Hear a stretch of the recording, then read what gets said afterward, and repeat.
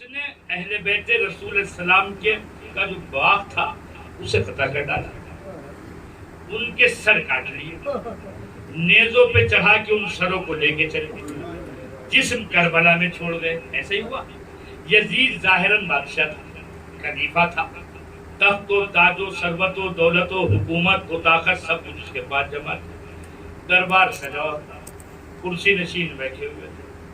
ادھر یہ ہوا ہے کہ یہ سر لے کے جا رہے ہیں، جسم چھوڑ کے جا رہے ہیں۔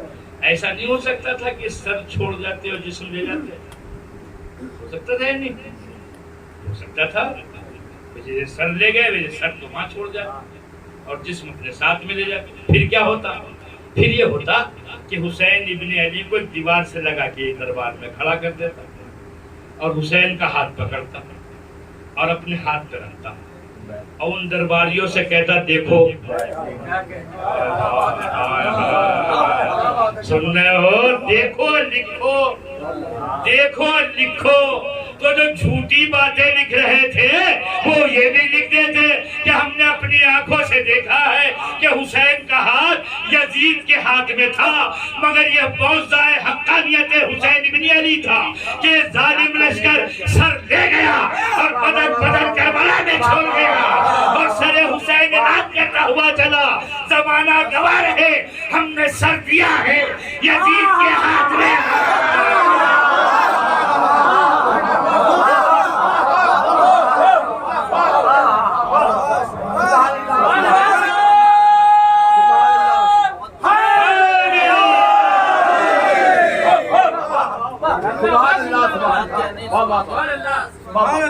سردار نداد دست دست یزید سر دیا ہے، یزید کے ہاتھ میں ہاتھ۔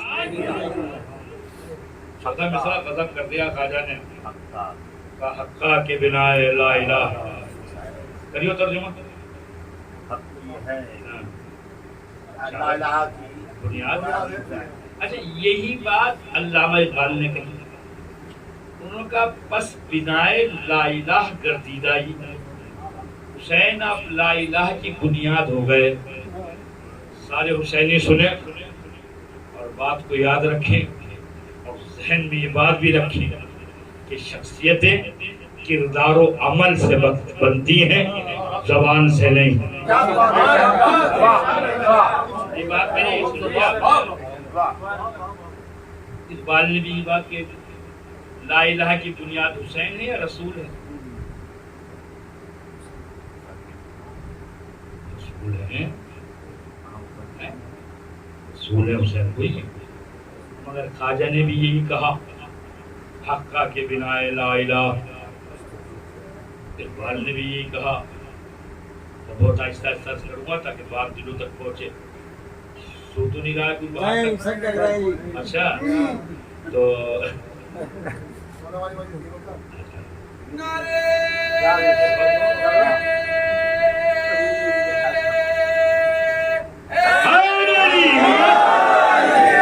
یہ ہے جواب اس بات کا۔ اچھا ہاں، میری بات کا جواب یہ والا آیا، وہ نہیں جو آپ دے رہے تھے۔ توجہ کر رہے ہیں آپ؟ حقا کے بنا لا الہ حسین، حق یہ ہے کہ لا الہ کی بنیاد ہے حسین۔ سنیے، حق یہ ہے کہ لا الہ کی بنیاد ہے حسین۔ اقبال نے بھی کہا پس بنا لا الہ گردیدہ ہی، حسین آپ لا الہ کی بنیاد ہو گئے۔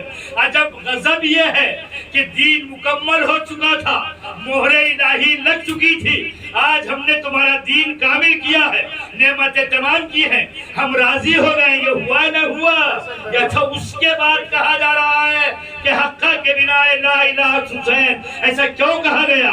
یہ حقیقت ہے یا حقیقت نہیں ہے؟ پہلے تو یہ سمجھے بالکل بال بال برابر حقیقت ہے، حقا کے بنا لا الہ حسین، اس لیے کہ قدیر کے بعد سے لے کر کربلا تک جو 50 سال ہیں وہ اتنے تاریک ہیں، اتنے تاریک ہیں، اتنا اندھیرا ہے، اتنی طغیانی ہے کہ 2 کی 4 پڑھائی جا رہی تھی، کوئی ٹوکنے والا نہ تھا۔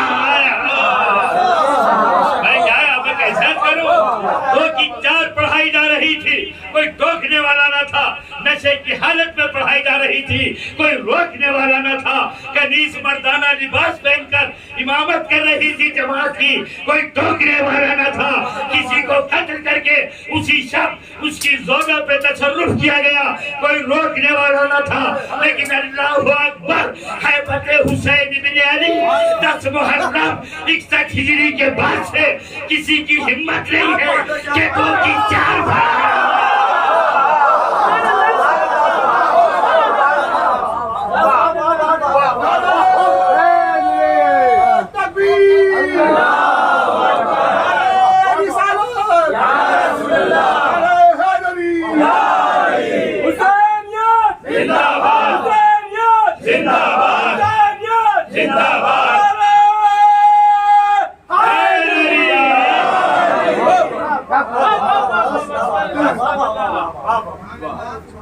کیا نعرہ لگایا انہوں نے؟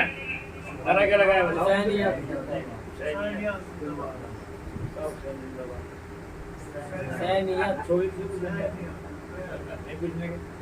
تو میں بتا دیتا ہوں، انہوں نے کہا حسینیت زندہ باد، یہ نہیں کہا حسین زندہ باد۔ اس کا مطلب کیا ہے؟ اس کا کیا مطلب ہے حسینیت زندہ باد کا؟ حسین زندہ باد کہنا چاہیے تھا، مگر کہا حسینیت زندہ باد۔ دیکھو حسین ایک ذات کا نام ہے، حسینیت ایک فکر کا نام ہے۔ حسین ذات کا نام، حسینیت فکر کا نام۔ حسینیت زندہ باد یعنی نماز زندہ باد، یعنی روزے زندہ باد، یعنی قوم زندہ باد، والدین کا احترام زندہ باد، پڑوسیوں کے حقوق زندہ باد، بھائیوں کے حقوق زندہ باد، بہنوں کے حقوق زندہ باد، معاشرے کی خدمت زندہ باد، اپنے عالم زندہ باد، بزرگوں کا احترام زندہ باد، پڑوسیوں کے حقوق زندہ باد۔ یہ مطلب ہے حسینیت زندہ باد کا۔ توجہ کر رہے ہیں؟ حسینیت زندہ باد یعنی احکام رسالت زندہ باد، احکام نبوت زندہ باد۔ تو پڑھو نا کہ حسین مجھ سے ہے اور میں حسین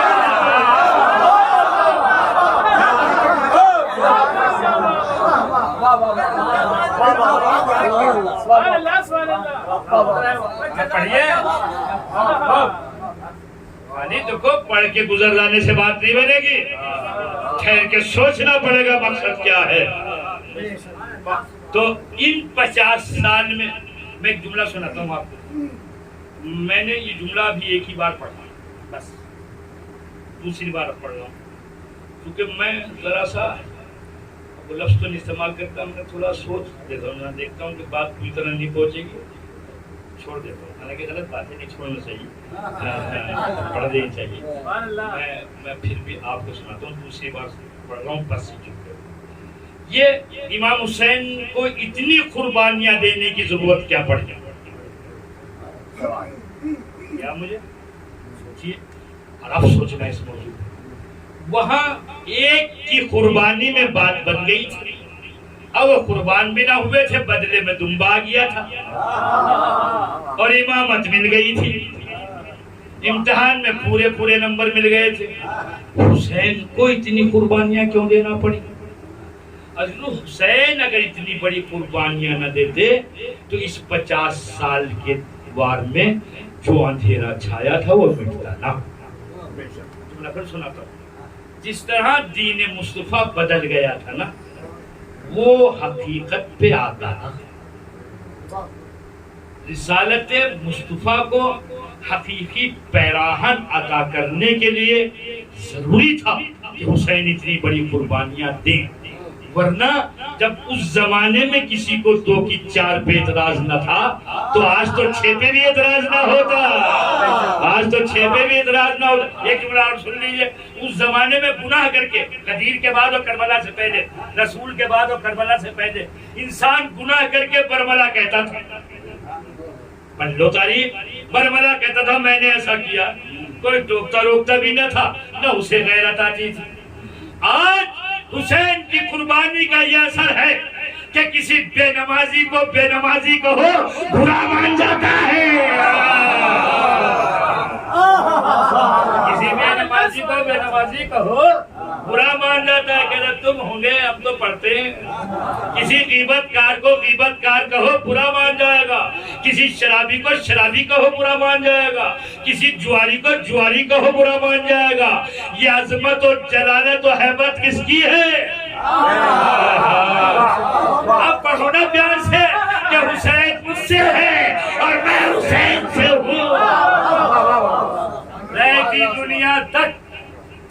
مصطفیٰ حسین سے ہے.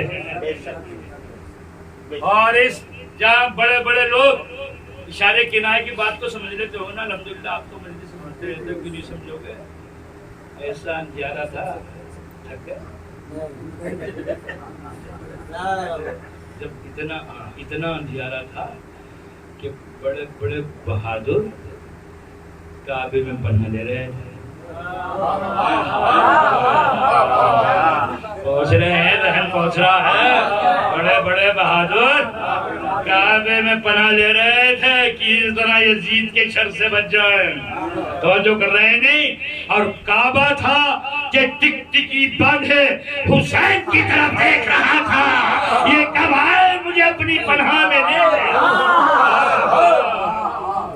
سب کعبے کی پناہ ڈھونڈ رہے تھے اور کعبہ حسین کی پناہ ڈھونڈ رہا تھا.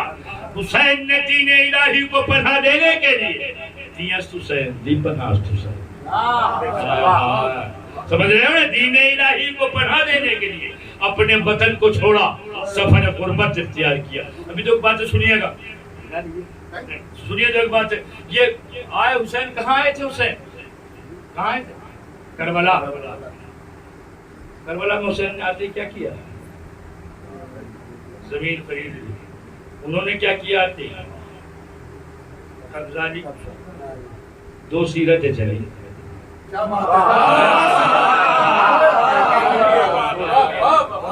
سن لیا نہیں پہنچی بات کیا؟ 2 سیرتیں چلی.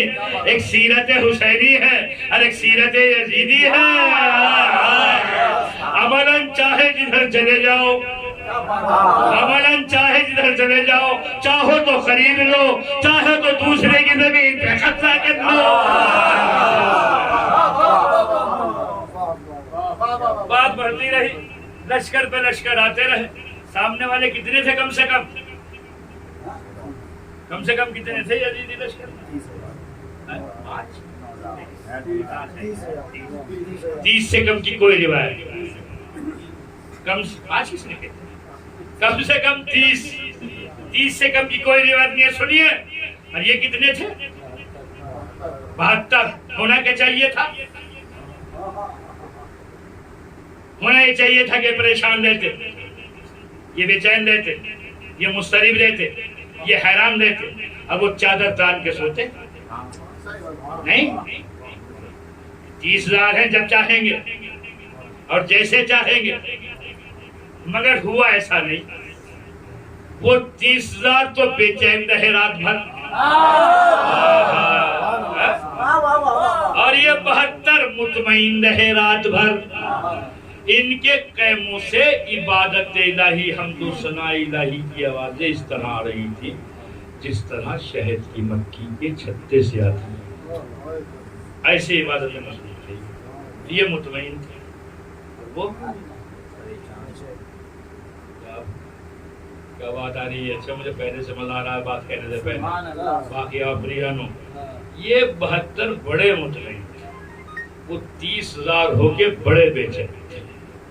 تب تو کہنے دیجئے جو بے چین تھا وہ ہارا, اور جو مطمئن تھا وہ جیت گیا. اچھا ہم سب مل کے کہتے حسین بڑے مطمئن تھے, شاید کوئی نہ مانتا. سارے شیعہ کہتے حسین مطمئن تھے, شاید کوئی نہ مانتا. سارے مسلم کہتے حسین بڑے مطمئن تھے, شاید کوئی نہیں مانتا. سارے حسینی کہتے حسین بڑے مطمئن تھے, شاید کوئی نہ مانتا. مگر جب اس خود خالق نے کہا اے نفس مطمئنہ, اے نفس مطمئنہ,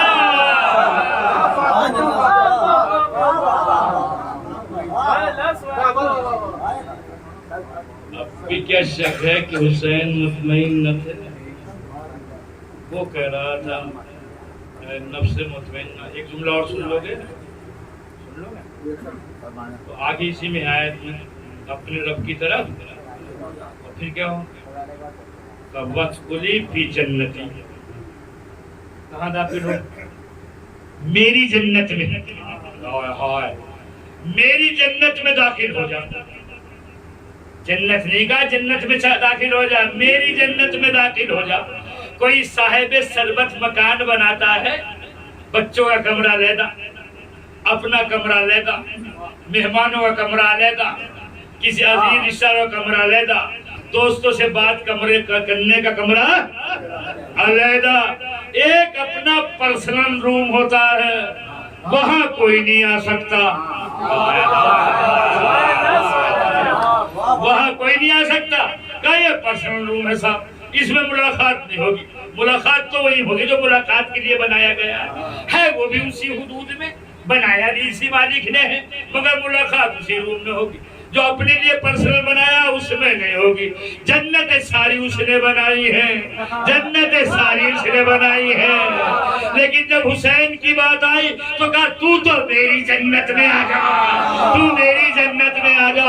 جنت ایک نہیں ہے، دھیان رکھیے گا، پوچھ لیجیے گا پڑھے لکھے لوگوں سے، تو سب تو انعام جنتوں میں رہیں گے، چاہے آدم ہو، چاہے نوح ہو، چاہے عیسیٰ ہو، چاہے موسیٰ ہو، چاہے ابراہیم ہو، اور حسین اس جنت میں رہیں گے جسے خالق نے اپنے لیے بنایا۔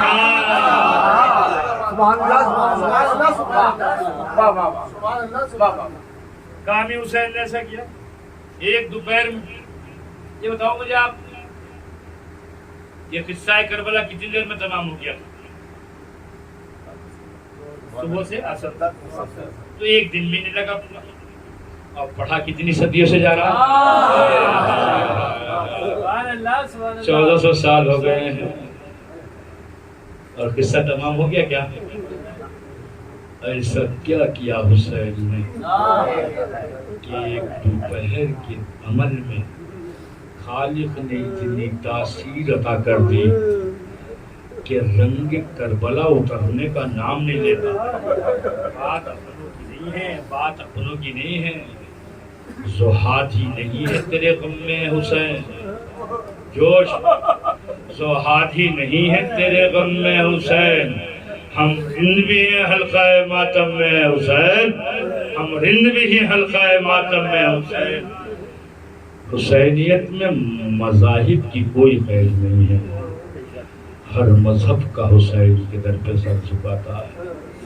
یہ تاثیر اس عمل کی بنیاد پر ہے جو ایک دوپہر میں حسین بن علی نے انجام دیا۔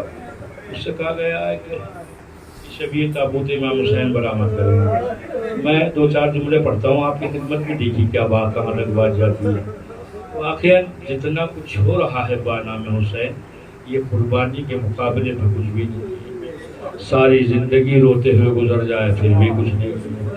اس لیے کہ فطرتوں کو پامال کر دیا تھا حسین ابن علی نے میدان کربلا میں۔ فطرت کے خلاف کوئی جاتا ہے کیا؟ فطرت تبدیل کری حسین ابن علی، جیسے ماں کیا چاہتی ہے اس کا بیٹا سلامت رہے یا خون کا غلطہ نظر آئے؟ ماں کیا چاہتی ہے؟ یہ کربلا کی مائیں تھیں کہ بیٹوں کو سلامت دیکھ کے کہتی تھیں اکبر کے بعد مرنے جاؤ گے، قاسم کے بعد مرنے جاؤ گے۔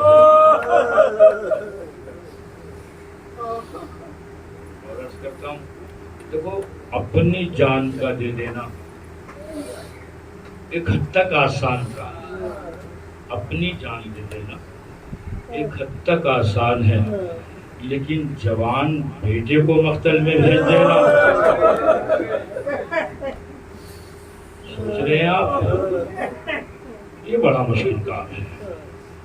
اور بھیجنے والا جانتا بھی ہو کہ یہ پلٹ کے واپس نہ آئے۔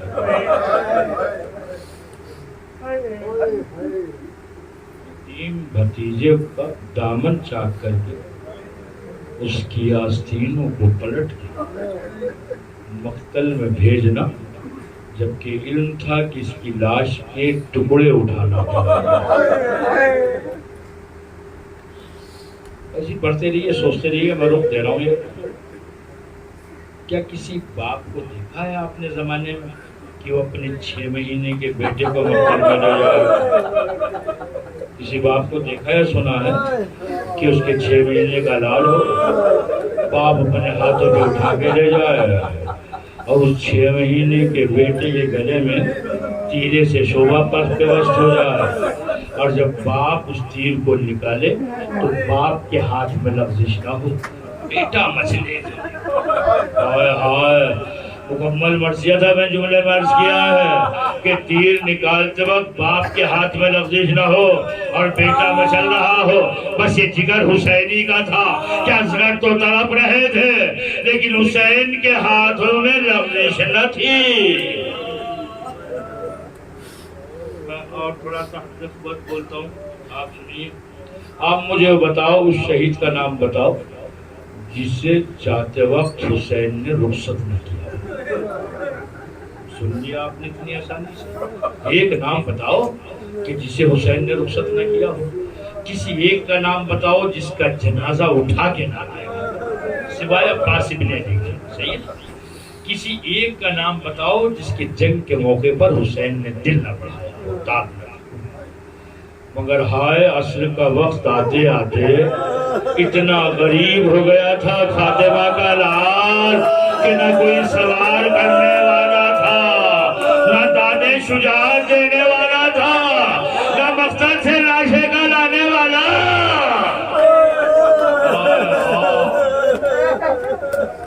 میں مصائب تمام کر دیتا، بہت پڑھتا بھی نہیں ہوں مصائب، اور آپ کی آنکھوں سے آنسو بھی رہا، مگر چونکہ پسل ادا ہے رونے کا زمانہ، اسیری آل محمد کا زمانہ ہے، اس لیے کچھ اور مصائب۔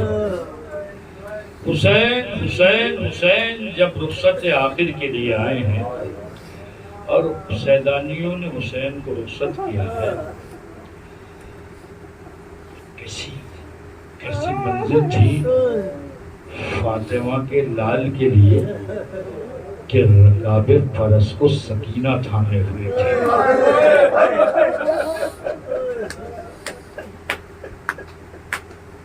لو جگر پھٹ جائے اگر تصور ہو جائے۔ سب سے مصیبت کی گھڑی تھی حرم کے لیے حسین کا جانا، اور سب سے مصیبت کی گھڑی تھی حسین کے لیے حرم کو الوداع کہنا۔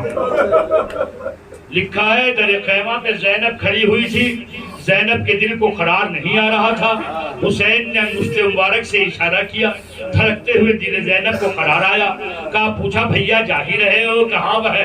لکھا ہے الہی کا وقت قریب آ گیا ہے، تو کہا پھر مجھے اماں کی وصیت پہ عمل کر لینے دو۔ کہ اماں کی وصیت کیا تھی؟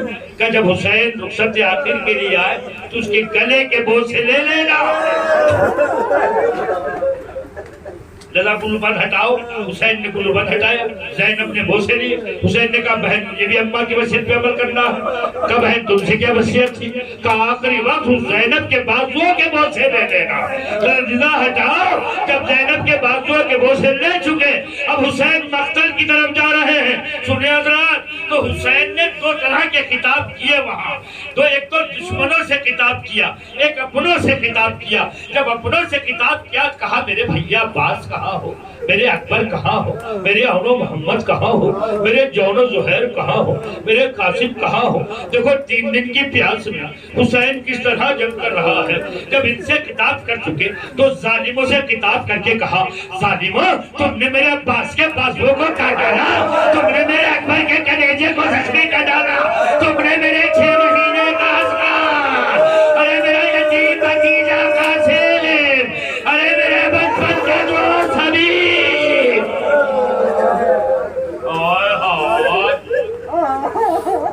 دو 4 جملے اور سن لیں۔ جب مجھ سے کہا گیا تو میں سوچ رہا تھا، مجھ سے کہا گیا شبیہ تابوت برآمد ہوگی، تو میں بہت دیر سوچتا رہا کہ میں سے پڑھوں گا کیا، کیوں سوچتا رہا پڑھوں گا کیا؟ اس لیے سوچتا رہا کہ فاطمہ کا لال میدان کربلا میں اتنا بے یار و مددگار تھا کہ نہ کوئی لاشا اٹھانے والا تھا، نہ تابوت سجانے والا تھا، لیکن گھر پہ جنازہ پڑا ہوا تھا۔ عزیزو یہاں آپ شبیہ تابوت برآمد تو کر رہے ہیں، مگر کربلا پہ نظر کریں، زینب تڑپ رہی ہے، باجائے کے گلے پہ خنجر چل رہا ہے، اور حسین کا تابوت نہ اٹھ سکا، حسین